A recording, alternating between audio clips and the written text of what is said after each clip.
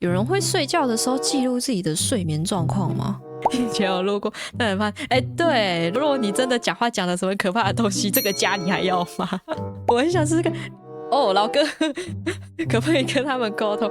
我不会反对各位做任何事情，但是小心尝试好不好？如果家里有的话，应该跟我家的神明很熟，杀伤力应该不大。